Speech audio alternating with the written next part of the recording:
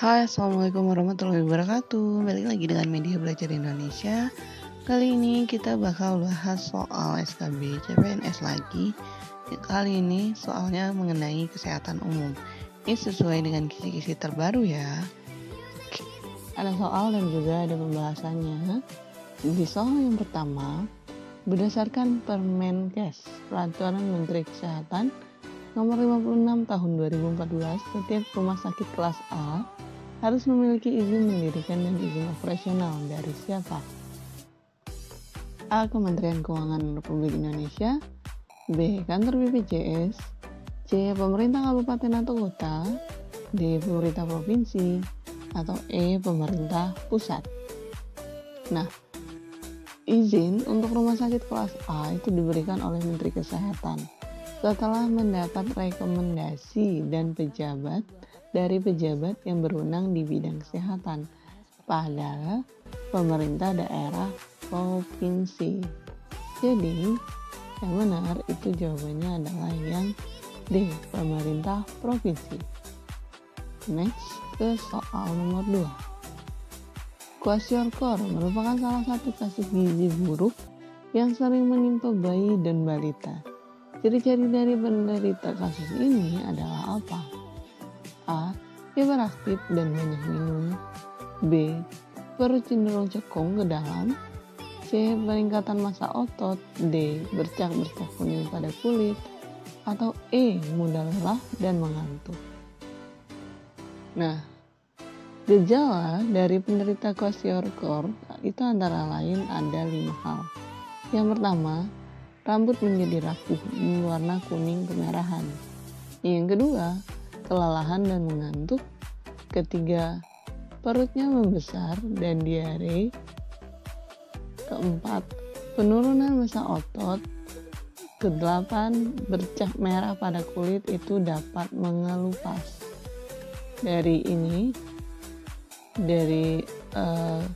Dari kelima gejala ini yang ada di pilihan ganda adalah yang poin kedua, ada di E. Jadi kita pilih jawaban yang E. Next, ke soal nomor 3. Rumah sakit swasta yang terbukti lalai karena melakukan pelanggaran pelayanan kesehatan dan mengabaikan keselamatan pasien akan diberikan teguran tertulis oleh siapa? Di sini adalah rumah sakit swasta. A. Kantor Kesehatan Republik Indonesia. B. Kepala Inspektorat Jenderal Kemenkes RI. C. Kepala Dinas Kesehatan. D. Direktur Jenderal Pelayanan Kesehatan Kemenkes RI. E. Gubernur Provinsi. Rumah sakit swasta ya. Jadi, penerapan sanksi kepada rumah sakit yang lalai bergantung pada tingkat pelanggaran. Sanksi dapat berupa teguran lisan, teguran tertulis, hingga penjemputan izin rumah sakit. Nah, dalam hal ini, suku dinas kesehatan di setiap wilayah itu berperan sebagai pengawas dan kepala dinas berwenang mengeluarkan sanksi, termasuk sanksi teguran dan tertulis. Jadi, jawaban yang benar itu adalah yang C, suku dinas kesehatan, jadi kepala dinas kesehatan. Oke? Kita ke soal nomor 4. Dalam suatu sistem sosial, suatu pengamatan dalam bidang kesehatan yang didorong oleh masalah sosiologi itu mengacu pada A. Sosiologi mengenai farmasi. B. Sosiologi mengenai kesehatan. C. Sosiologi dalam kesehatan. D. Sosiologi dalam bidang medis, atau E. Sosiologi dalam pengobatan. Di sini yang ditanya adalah suatu sistem sosial, pengamatan dalam bidang kesehatan. Berarti sosiologinya mengacu pada apa? Menurut Wilson, sosiologi mengenai kesehatan adalah pengamatan dan analisis dengan mengambil jarak yang terutama dimotivasi oleh suatu masalah sosiologi. Sedangkan sosiologi dalam kesehatan adalah penelitian dan pengajaran yang lebih bercirikan keintiman, terapan, dan kebersamaan yang terutama didorong oleh adanya masalah kesehatan. Jadi jawaban yang tepat itu yang B, Karena ini bidang kesehatan, larinya ke sosiologi mengenai kesehatan. Oke, kita ke soal nomor 5. Program ASI eksklusif merupakan program yang dicanangkan pemerintah dan direkomendasikan oleh pakar kepada para ibu yang menyusui bayinya sejak lahir. Hingga umur berapa? A. 3 bulan, B. 6 bulan, 7 bulan, D. 1 tahun, atau E. 2 tahun. Di sini adalah ASI eksklusif, hanya ASI, gak dicampur lain. Kalau kamu lihat sering lihat anak-anak itu ketika dia mencapai usia tertentu itu ada dikasih MPASI atau makanan pendamping ASI. Jadi ASI eksklusifnya itu merupakan program dari pemerintah agar bayi hanya diberi ASI saja tanpa tambahan cairan lainnya seperti susu formula, jeruk, madu, air teh, air putih, dan tanpa tambahan makanan padat seperti pisang, pepaya, bubur nasi, bubur susu, biskuit, dan lain-lain, dan itu diberikan dalam jangka waktu 6 bulan. Jadi jawaban yang tepat itu yang B, oke? Kita ke soal nomor 6. Jajanan tidak sehat yang sering disajikan oleh oknum pedagang karena mengandung formalin dapat mengakibatkan orang yang mengkonsumsi mengalami gangguan apa? Formalin. A. Hati, B. Kulit, C. Paru-paru, D. Saraf, atau E. Usus besar. Nih, formalin yang tertelan dan telah akut itu dapat menyebabkan kerusakan, terutama pada hati. Setelah itu jantung, otak, limfa, pankreas, dan ginjal. Dan di sini dari keenam pilihan yang ada itu hati. Jadi jawabannya itu yang A. Oke. Kita ke soal nomor 7. Berikut ini yang bukan merupakan efek samping dari penggunaan MSG adalah atau MSG ya yang ada di penyedap rasa gitu. A. Meningkatkan risiko kemandulan, B. Kerusakan otak, C. Menurunkan obesitas itu artinya kegemukan, yang ditanya yang bukan, D. Serangan jantung, E. Gangguan janin. MSG yang kita kenal atau monosodium glutamate dapat menyebabkan kemandulan, serangan jantung, mengganggu kesehatan saraf, sakit kepala, dan dapat meningkatkan obesitas. Sedangkan di sini pilihan jawabannya menurunkan. Jadi kalau yang bukan itu yang C, menurunkan obesitas. Soal nomor 8. Proses pengobatan oleh beberapa fasilitas kesehatan pada lokasi yang sama itu merupakan salah satu macam reaksi dalam proses pengobatan kuman yang disebut apa? A. Fragmentation, B. Self-medication, C. Discontinuity, D. Stopping enggak ya? Atau E. Procrastination. Yang benar A. Kenapa? Karena fragmentation merupakan proses pengobatan oleh beberapa fasilitas kesehatan pada lokasi yang sama. Jadi yang A. Kita ke soal selanjutnya, soal nomor 9. Serangkaian kegiatan pengobatan yang ditujukan untuk penyembuhan penyakit dan pengurangan penderitaan akibat penyakit sesuai dengan Undang-Undang Nomor 36 Tahun 2009 itu disebut apa? A. Pelayanan kesehatan promotif, B. Pelayanan kesehatan tradisional, C. Pelayanan kesehatan rehabilitatif, D. Pelayanan kesehatan preventif, atau E. Pelayanan kesehatan kuratif. Pelayanan kesehatan kuratif sesuai dengan Undang-Undang Nomor 36 Tahun 2009 adalah suatu kegiatan dan atau serangkaian kegiatan pengobatan yang ditujukan untuk penyembuhan penyakit, pengurangan penderitaan akibat penyakit, pengendalian penyakit, atau pengendalian kecacatan agar kualitas penderita dapat terjaga seoptimal mungkin. Jadi jawabannya yang kuratif. Kuratif ada di E. Oke, kita ke soal nomor 10. Selanjutnya, nilai-nilai Kementerian Kesehatan RI adalah sebagai berikut. Kecuali A. Inklusif, B. Responsif, C. Transparan, D. Pro rakyat, atau E. Bersih.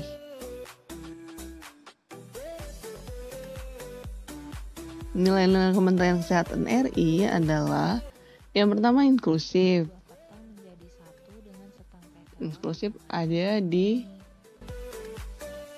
nih. Yang kedua responsif, ketiga pro rakyat, terus efektif dan bersih. Oke, bersih berarti masuk. Bersih. Transparan itu belum termasuk nilai-nilai Kementerian Kesehatan RI. Jadi jawaban yang tepat itu yang C. Oke, kita ke soal selanjutnya, soal nomor 11. Setiap makanan dan minuman yang dikemas wajib diberi tanda atau label sesuai pasal 111 ayat 1 Undang-Undang Nomor 36 Tahun 2009 berisi sebagai berikut. Kecuali A. Daftar bahan yang digunakan, B. Tanggal, bulan, tahun kadaluarsa, C. Berat bersih, D. Nama distributor, atau E. Nama dan alamat produsen. Ketahuannya ini, kalau kamu ngeliat makanan yang dibungkus itu banyak yang kamu beli di supermarket atau di minimarket, daftar bahan yang digunakan tuh pasti ada, kayak komposisi terbuat dari apa aja, tanggal bulan itu wajib. Oke. Berat bersih biasanya ada, misalnya misalnya cairan bersih muka ada berat bersihnya berapa mili kayak gitu. Nama distributor belum tentu ada, alamat produsen itu pasti ada. Benar kan? Nama produk, daftar bahan yang digunakan, berat bersih atau isi bersih, nama dan alamat pihak yang produksi dan masukkan makanan dan minuman ke dalam wilayah Indonesia, serta tanggal, bulan, dan tahun kadaluarsa. Nama distributor itu nggak wajib tercantum dalam label makanan atau minuman. Meskipun saya tadi ngasih contohnya bukan makanan minuman, intinya sama, setiap itu tuh pasti ada syarat-syarat seperti ini. Jadi jawabannya adalah yang D, nama distributor. Kita ke soal di nomor 12. Penyakit kolera adalah penyakit infeksi saluran usus bersifat akut yang disebabkan oleh bakteri Vibrio cholera yang masuk ke dalam tubuh seseorang melalui apa? A. Keadaan sampah yang kotor, B. Makanan yang terkontaminasi, C. Aliran air, D. Udara terbuka, atau E. Penggunaan barang penderita. Penyakit kolera adalah penyakit infeksi saluran usus bersifat akut yang disebabkan oleh bakteri Vibrio cholera yang masuk ke dalam tubuh seseorang melalui makanan atau minuman yang terkontaminasi. Ciri-cirinya adalah buang air besar cair berwarna seperti air cucian beras dan encer lebih dari 3 kali sehari. Kemudian berlanjut dengan muntah dan dehidrasi. Jadi jawaban yang benar itu yang B, makanan yang terkontaminasi. Oke, kita ke soal nomor 13.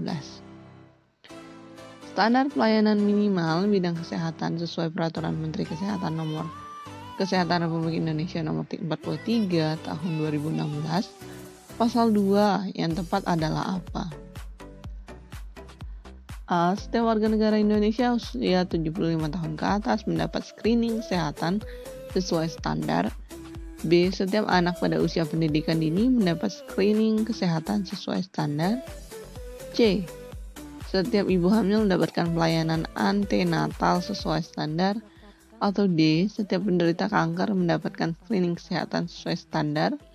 Atau E. Setiap warga negara Indonesia usia 10 tahun ke bawah mendapatkan pelayanan kesehatan sesuai dengan standar. Lebih urgent itu adalah ibu hamil. Nih. Standar pelayanan minimal bidang kesehatan sesuai Peraturan Menteri Kesehatan RI Nomor 43 tahun 2016 pasal 2. Yang tepat adalah setiap ibu hamil. Nih. Setiap ibu hamil mendapatkan pelayanan antenatal sesuai standar. Setiap warga negara Indonesia berusia 60 tahun ke atas, di sini adalah 75 tahun ke atas. Jadi yang A salah karena usia. Oke. Terus selanjutnya ada ini setiap anak pada usia pendidikan dasar mendapatkan screening kesehatan sesuai dengan standar. Di sini usia anak pendidikan dini, jadi dia salah. Terus setiap penderita hipertensi mendapat pelayanan kesehatan sesuai dengan standar. Ini hipertensi di pilihan ganda itu kanker. Berarti bukan. Saya warga negara usia 15 sampai 59, ini 10 tahun. Jadi dari sini bisa kelihatan ya. Yang E bukan karena usianya nggak capai 15. Yang D salah karena hipertensi bukan kanker. Yang B salah karena pendidikan dasar bukan pendidikan dini. Jadi jawabannya yang C. Oke. Setiap ibu hamil mendapat sesuai pelayanan antenatal sesuai standar. Kita ke soal nomor 14. Pencemar utama berdasarkan indeks standar pencemar udara adalah sebagai berikut kecuali A. Karbon monoksida, B. Sulfur dioksida, C. nitrogen dioksida, D. Ozon permukaan O3, atau E. Oksigen. Pencemaran utama berdasarkan indeks standar pencemaran udara adalah karbon monoksida atau CO2, sulfur dioksida atau SO2. Dia nanyanya kecuali ya? Kecuali. Dan kita harus tahu kalau kecuali itu oksigen. Oksigen kan yang kita hirup, berarti dia nggak tercemar. Berarti jawabannya yang E. Oke, kita ke soal terakhir nomor 15. Germas secara nasional dimulai dengan berfokus pada 3 kegiatan, yaitu mengonsumsi buah dan sayur, memeriksa kesehatan secara rutin, dan apa? A. Melakukan aktivitas fisik 30 menit per hari. B. Menjaga kesehatan lingkungan rumah, tidak mengonsumsi minuman bersoda dan beralkohol. D. Menanam pohon yang banyak di pinggir jalan. Agak susah ya yang D. Atau E. Mengurangi penggunaan plastik yang sukar diurai di lingkungan. Germas secara nasional dimulai dengan berfokus pada 3 kegiatan. Pertama, konsumsi buah dan sayur. Kedua, memeriksakan kesehatan. Yang ketiga, melakukan aktivitas fisik 30 menit per hari. 3 kegiatan ini dapat dimulai dari diri sendiri dan keluarga dan dilakukan saat ini juga karena tidak membutuhkan biaya yang besar. Jadi jawabannya itu yang A. Oke teman-teman, sekian dulu. Terima kasih. Wassalamualaikum warahmatullahi wabarakatuh.